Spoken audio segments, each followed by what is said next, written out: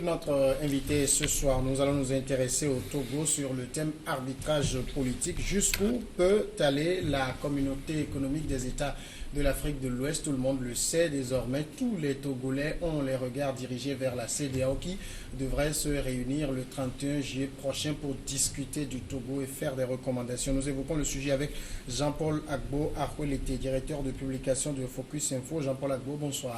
Bonsoir Samuel, merci de m'avoir invité. Merci. Alors vous suivez de très près cette situation politique au Togo. D'abord, quand on dit que désormais le sort du Togo est entre les mains de la CEDEAO, est-ce que c'est comme ça le schéma, la caricature? Je dirais que c'est à la fois vrai et exagéré.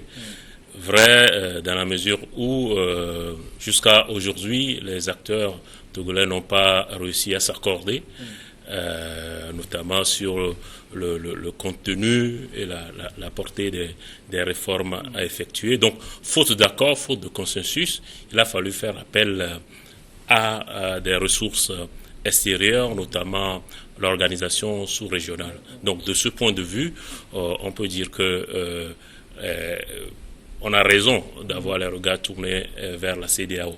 Mais en même temps, une fois que la CEDEAO aura fait des recommandations, une fois que la CEDEAO aura fait des propositions pour les acteurs politiques togolais, il leur appartiendra au final de les mettre en œuvre et de prendre en compte, y compris les aspirations exprimées par les Togolais qui, aujourd'hui, en réalité, pour l'essentiel, ces aspirations font consensus.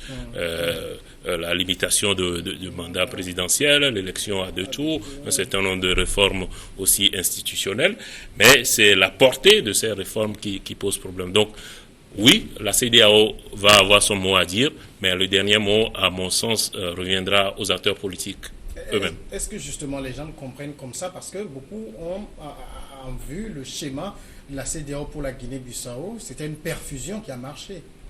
Oui, je pense que ça fait partie de la confusion qui est semée volontairement ou involontairement, peut-être motivée par l'ignorance que les uns et les autres peuvent avoir sur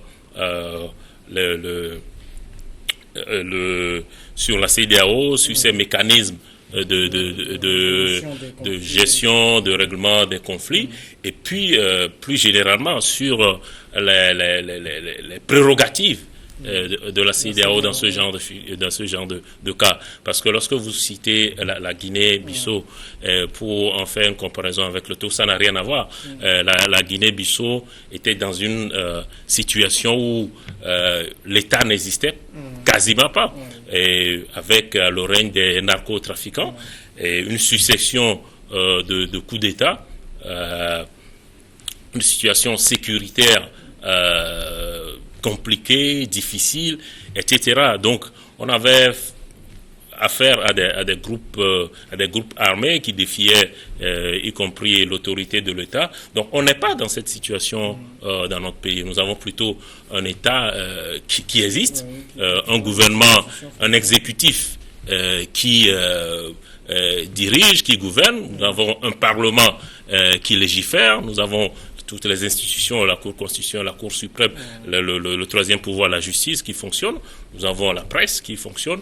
On n'est donc pas dans une situation comparable à celle de la Guinée-Bissau où la CEDEAO a dû intervenir, imposer un certain nombre de choses parce que justement l'État était inexistant, l'État était défaillant. Est-ce que dans le cas du Togo, la CEDEAO, on peut dire qu'elle est consciente des attentes que les différents acteurs et même les populations ont en elle?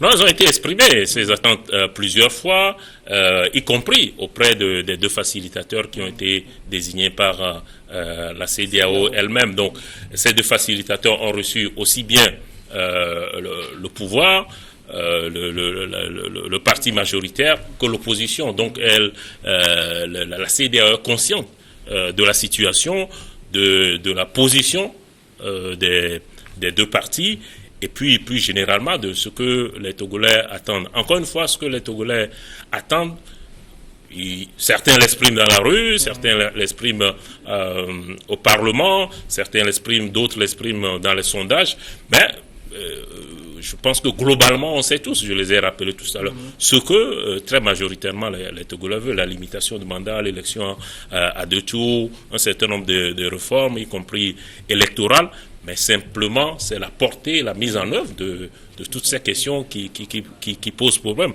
Et puis ne nous voilons pas la face.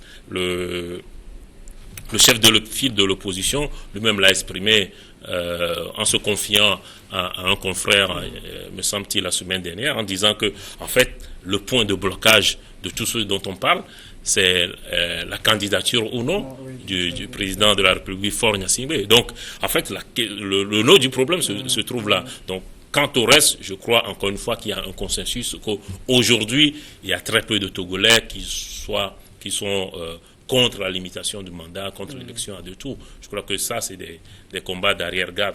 La question qui bloque aujourd'hui, c'est la candidature ou non de Faure Gnassingbé. Alors, jusqu'où peut aller la CEDEAO? C'est-à-dire, sur une question, par exemple, la question que vous évoquez qui bloque les choses, est-ce que la CEDEAO peut se prononcer sur cette question-là? Il me semble que non, la CEDEAO ne peut pas se prononcer. Il n'appartient pas à la CEDEAO de se prononcer sur cette question. Je crois que...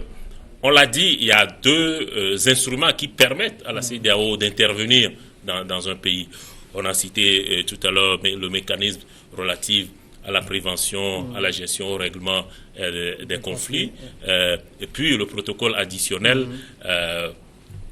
sur la bonne gouvernance et la démocratie. C'est ces 2 instruments qui permettent, enfin qui donnent j'allais dire, la légitimité, les prérogatives à la CEDEAO d'intervenir dans un État. C'est sur la base de ces 2 instruments que la CEDEAO a pu intervenir, comme tu l'as rappelé, en Guinée-Bissau, etc. Donc, lorsqu'on regarde à peu près ce que disent ces deux mécanismes, ces 2 instruments, et surtout le protocole sur la bonne gouvernance et la démocratie, il faut que la démocratie soit remise en cause par quelque procédé que ce soit, ou alors qu'il y ait une violation massive des droits de l'homme pour que la CEDEAO intervienne, y compris en imposant un certain nombre de choses, en prenant des sanctions de façon objective. Est-ce qu'aujourd'hui on est dans cette situation au Togo? C'est vrai qu'on a des revendications politiques, on a des aspirations porté par un regroupement de partis politiques, on a un désaccord politique. Ça, est-ce qu'on peut en conclure face à cette situation que le Togo est dans une situation de blocage institutionnel, de remise en cause de la démocratie? Objectivement, non. Est-ce que le Togo est dans une situation de violation massive des droits de l'homme avec risque y compris humanitaire, pouvant imposer à la CEDEAO une intervention?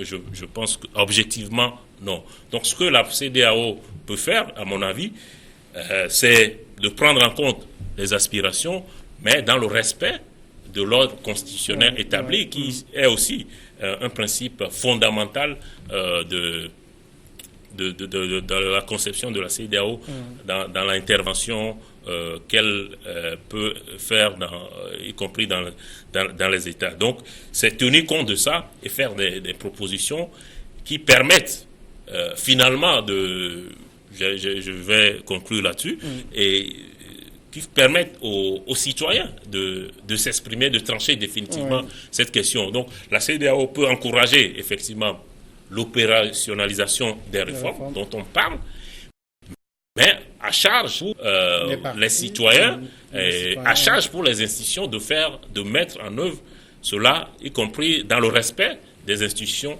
et de la constitution togolaise. Donc, je ne vois pas comment la CEDEAO peut décider que dans 2 ans, dans 3 ans, un président de la République n'a pas le droit de se représenter.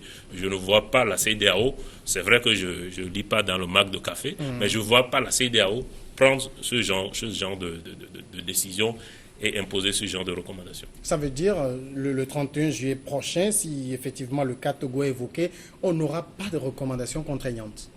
On peut avoir des recommandations contraignantes si la CEDEAO estime que finalement la situation telle qu'elle se présente aujourd'hui risque de dégénérer. Ouais. Donc la CEDEAO peut faire des recommandations en mettant les acteurs devant leurs responsabilités et en insistant sur le fait que si ces propositions et recommandations ne sont pas prises en compte, il y a risque de sanctions contre les acteurs. Et quand on dit les acteurs, ce n'est pas simplement du point de vue du pouvoir, mais aussi de l'opposition, de l'ensemble des acteurs.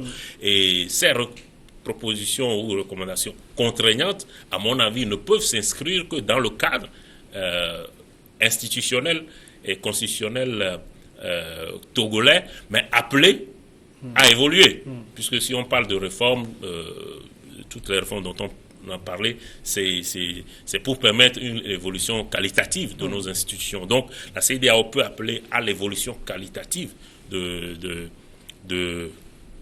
nos institutions, de nos tests, mais tout en gardant à l'idée le fait qu'il y a la souveraineté, il y a l'égalité constitutionnelle existante et que la CEDEAO ne peut pas, par une simple recommandation, remettre en cause. Elle peut inviter les acteurs à aller vers des réformes consensuelles en rappelant un certain nombre de principes qui lui sont chers.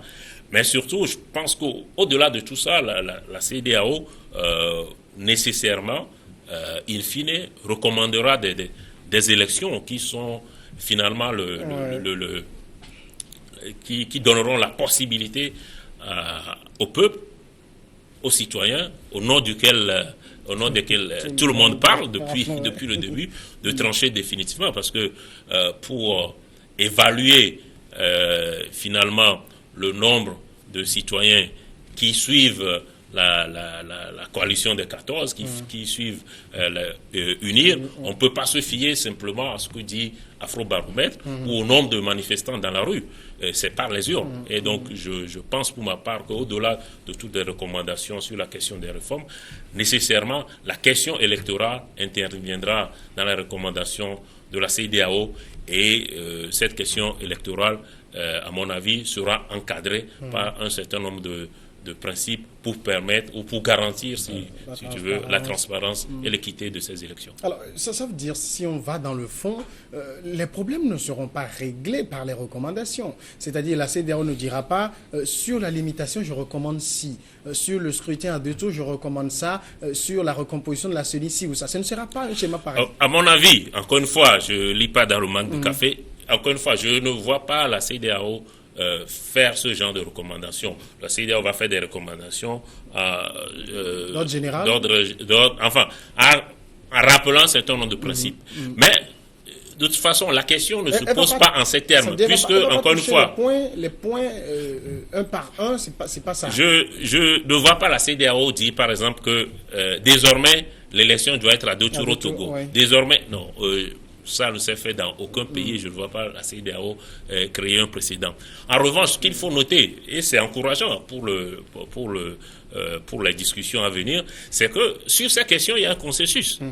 Je l'ai rappelé tout à l'heure. Sur la limitation du mandat, aussi bien l'opposition que le pouvoir sont d'accord. Sur le scrutin à deux tours, ils sont d'accord. Sur un certain nombre de réformes, la Cour constitutionnelle, tout ça, ils sont d'accord.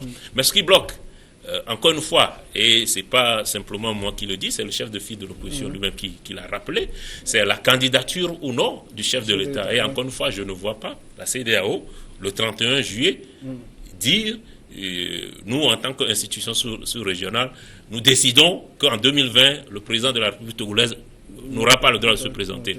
À quel titre, sur la base de quelle légitimité, j'en vois pas. Donc la CEDEAO ne peut pas dire ce genre de choses, peut faire des recommandations, encore une fois, encourager les acteurs, puisque eux-mêmes, ils dégagent un consensus, pour moi, sur l'essentiel.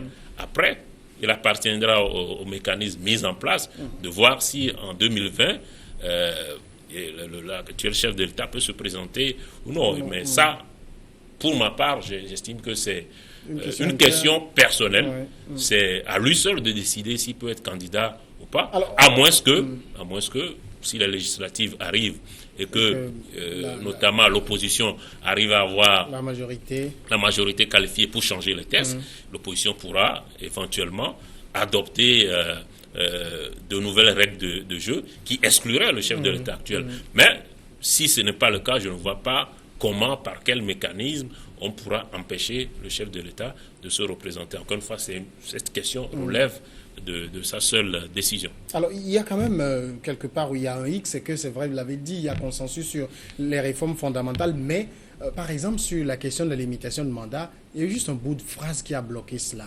Alors, sur ce bout de phrase, c'est vrai que si on va de fil en aiguille, ça tombe sur la candidature au nom du chef de l'État, mais d'aucuns estiment que ce bout de phrase devrait être remis à sa place. Alors, ça veut dire que si la CEDEAO fait des recommandations, comme on le dit, ça ne touche pas les points essentiels, il revient aux acteurs, mais ces acteurs se sont montrés incapables de s'entendre sur ces questions-là.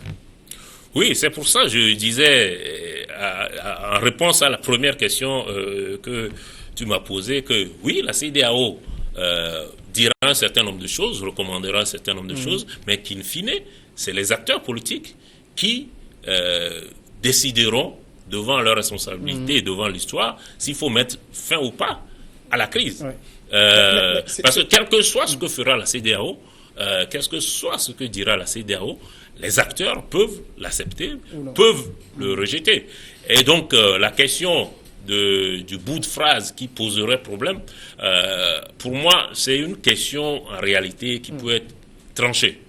Qui peut être tranchée soit en la levant, soit en la reformulant, soit en trouvant la formule qui permette à tous de se mettre d'accord. Mais est-ce que fondamentalement, c'est la formulation qui pose problème ou c'est le fait que cette formulation permette au chef de l'État de se représenter?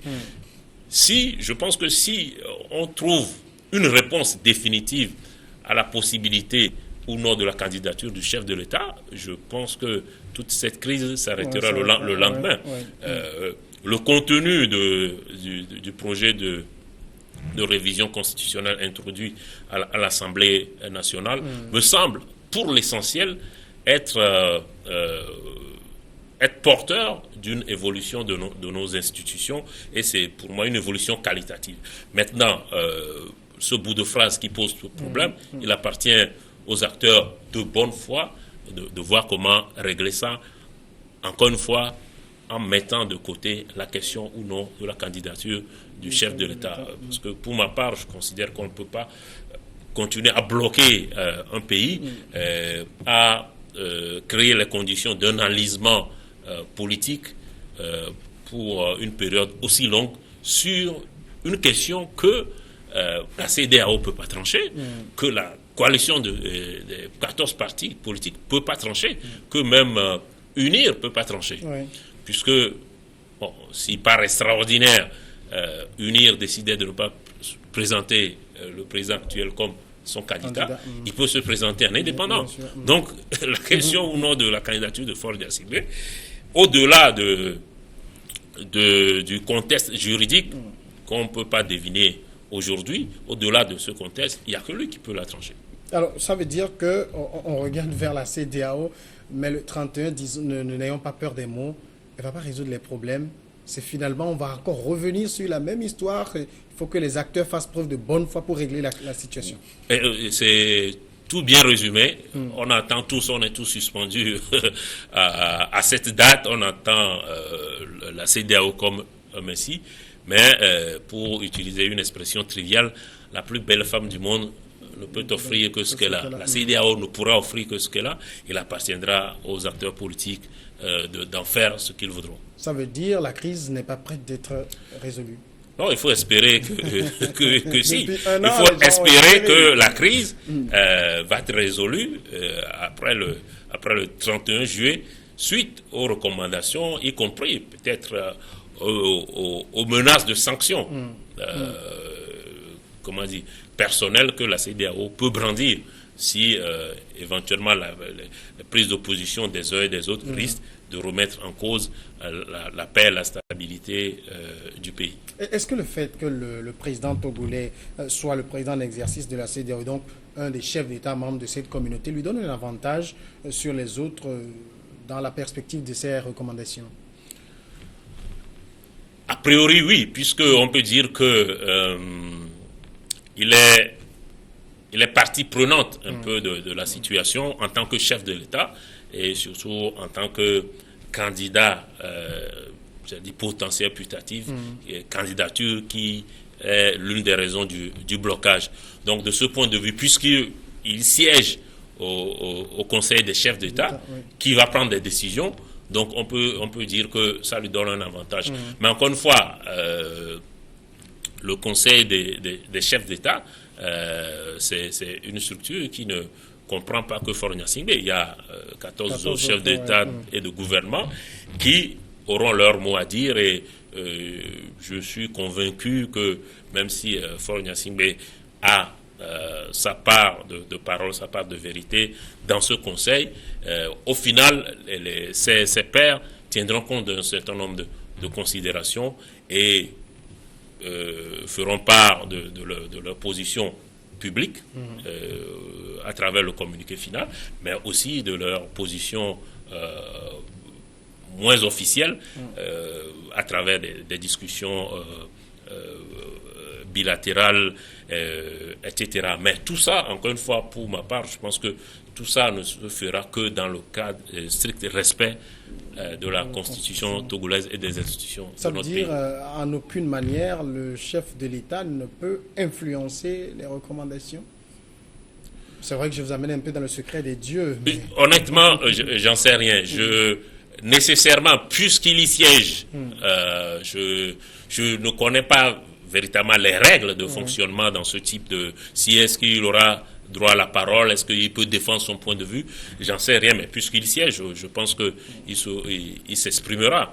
Et d'autant plus qu'avant le sommet, il a fait le tour un peu de la sous-région, il a rencontré un certain nombre de ses pairs lors du sommet de l'UA en Mauritanie, lors de son déplacement au Nigeria, en Côte d'Ivoire. Donc je pense qu'il discute avec ses pairs, il fait part d'un certain nombre de choses à ces derniers, et nécessairement il va parler avec eux lors du sommet de la CEDEAO. Est-ce que pour autant ça va influencer la position des chefs d'État?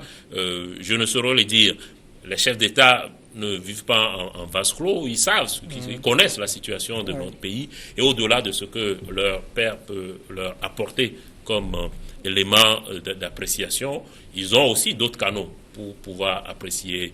Je pense qu'ils prendront des recommandations qui puissent véritablement apaiser les choses, aller vers la résolution de la crise, et tout en, encore une fois, respectant la Constitution et les institutions de notre pays. Alors, quand on voit la CEDEAO dans ce rôle aujourd'hui, est-ce qu'on peut déduire que cette communauté aujourd'hui, pour la comparer aux autres communautés du continent, elle est véritablement aux avant-gardes et en son sein, elle veut qu'il y ait de l'ordre?